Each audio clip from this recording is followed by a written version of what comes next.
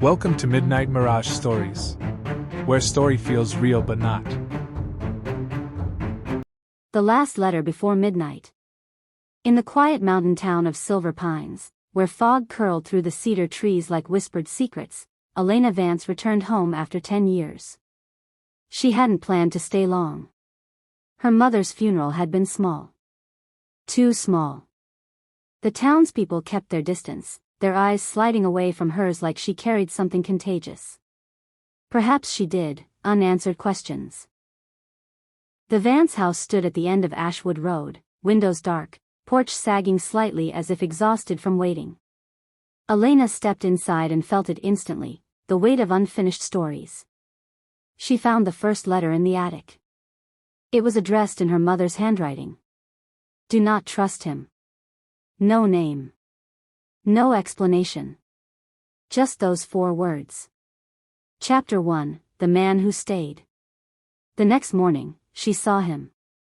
Adrian Hale stood outside the old bookstore on Main Street, stacking chairs. He had the same steady posture she remembered from high school, but his eyes carried storms now. Adrian had once been her first love. And the last person she spoke to the night she left town.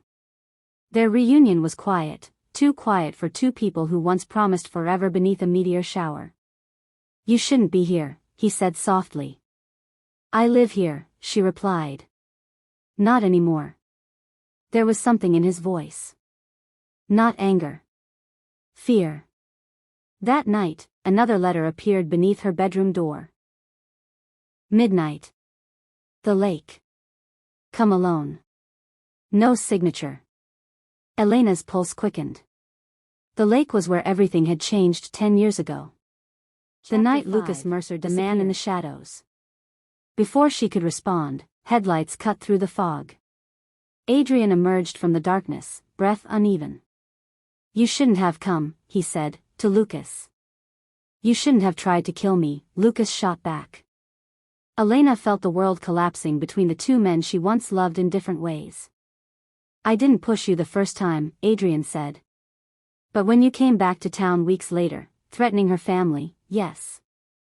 I meant to scare you. Scare? Lucas laughed bitterly. You stabbed me. Elena's heart stopped. Adrian's silence was confession enough. I thought I killed you, he whispered. I lived with that every day. You left town, Lucas said to Elena. Because you believed Adrian did it. She had. And now both men stood before her, one scarred, one haunted. The truth was uglier than memory. Chapter 6, A Choice in the Dark. Lucas reached for her hand. Come with me. Leave this place. We can start over. Adrian's eyes met hers. I loved you enough to become a monster, he said quietly. But I'd rather lose you than lie again. The wind howled across the lake. Elena saw it clearly now. Lucas wanted revenge. Adrian wanted redemption. Her mother had wanted protection. But what did she want? Peace. She stepped back from both of them. I won't be the prize in your war. Lucas's face hardened. Adrian's shoulders fell. Then Lucas did something unexpected. He pulled a gun.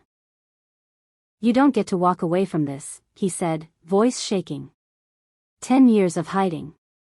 10 years of pain. The lake Chapter swallowed 1, the echo The of Man the Who gunshot. Stayed. The next morning, she saw him. Adrian Hale stood outside the old bookstore on Main Street, stacking chairs. He had the same steady posture she remembered from high school, but his eyes carried storms now. Adrian had once been her first love. And the last person she spoke to the night she left town. Their reunion was quiet, too quiet for 2 people who once promised forever beneath a meteor shower. You shouldn't be here, he said softly. I live here, she replied.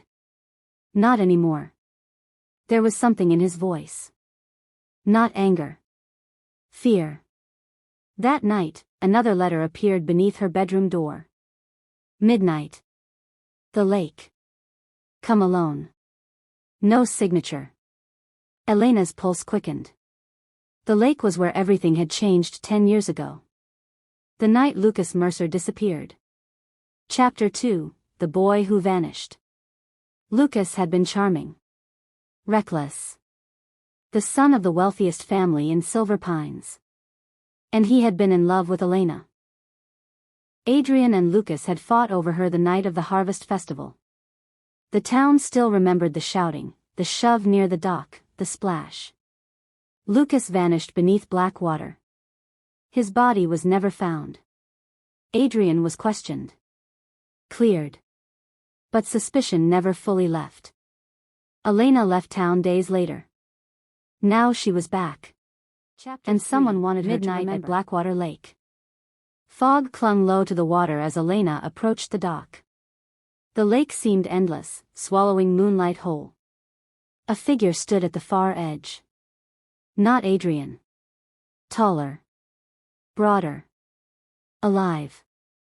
Elena. Her breath froze. It was Lucas. Or someone wearing his face. "You're supposed to be dead," she whispered. "I almost was." He stepped forward, and the dock creaked beneath his weight. He told her a story. Of falling, hitting his head, drifting unconscious to a shallow cove. Of waking days later and discovering something darker than the water.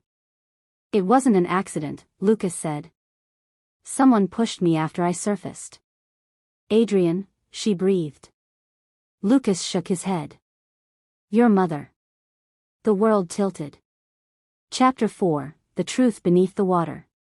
Elena's mother had been at the lake that night. Lucas had been drunk. Furious. He had threatened to expose something.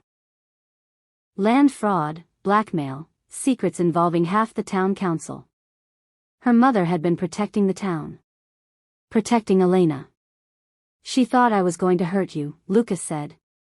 "When I came up from the water, disoriented, she panicked." "Why didn't you come back?" Elena demanded. "Because someone tried to finish the job." "Adrian." Lucas showed her the scar along his ribs. "Elena, he thought I'd ruin you." Her heart pounded painfully. Chapter 7. Was love capable of that? Adrian moved first. He lunged, knocking Lucas sideways. The gun fired into the water. They struggled on the edge of the dock. Elena screamed. Wood splintered. Lucas slipped. Adrian grabbed his wrist. For one suspended second, history repeated. Water below. Choice above. "Help me," Lucas gasped.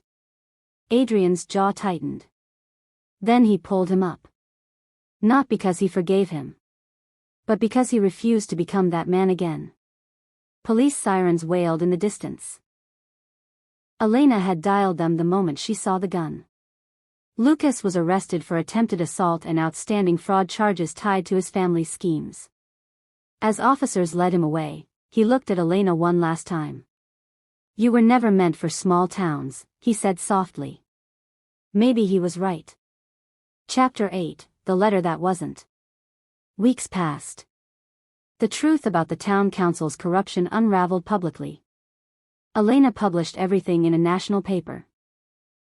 She had become an investigative journalist after leaving Silver Pines. Her mother's name was cleared. Adrian turned himself in for the stabbing years ago. He received a reduced sentence due to self-defense and lack of fatal intent. He wrote to her from prison. "I don't expect forgiveness. Just truth." She visited once. They sat across metal and glass. "You saved him," she said. "I saved myself," he replied. And in that moment, she saw the boy she once loved, flawed, fierce, human. Final chapter, Love After the Storm. 3 years later, Adrian walked free. Silver Pines had changed. Cleaner. Honest. Elena stood by the lake when he approached her. No fog. No secrets. "I don't need you to be my hero," she told him. "I don't want to be," he answered. "Just your partner." Love this time wasn't fireworks. It was steady. Accountable. Chosen. She took his hand, not because the past disappeared, but because they had faced it. Blackwater Lake lay calm. Some stories end in tragedy. And sometimes, when love survives its darkest night, it becomes something stronger than passion. It becomes peace. The last letter she found in her mother's attic had been unfinished. Trust the man who stays. Adrian had stayed. And this time, so did she. The end. If this story captivates you, give this video a like. Subscribe if you are new. Press the notification bell to know when a new video is posted. Don't forget to leave a comment. Your feedback is important to this channel. See you here next time at Midnight Mirage.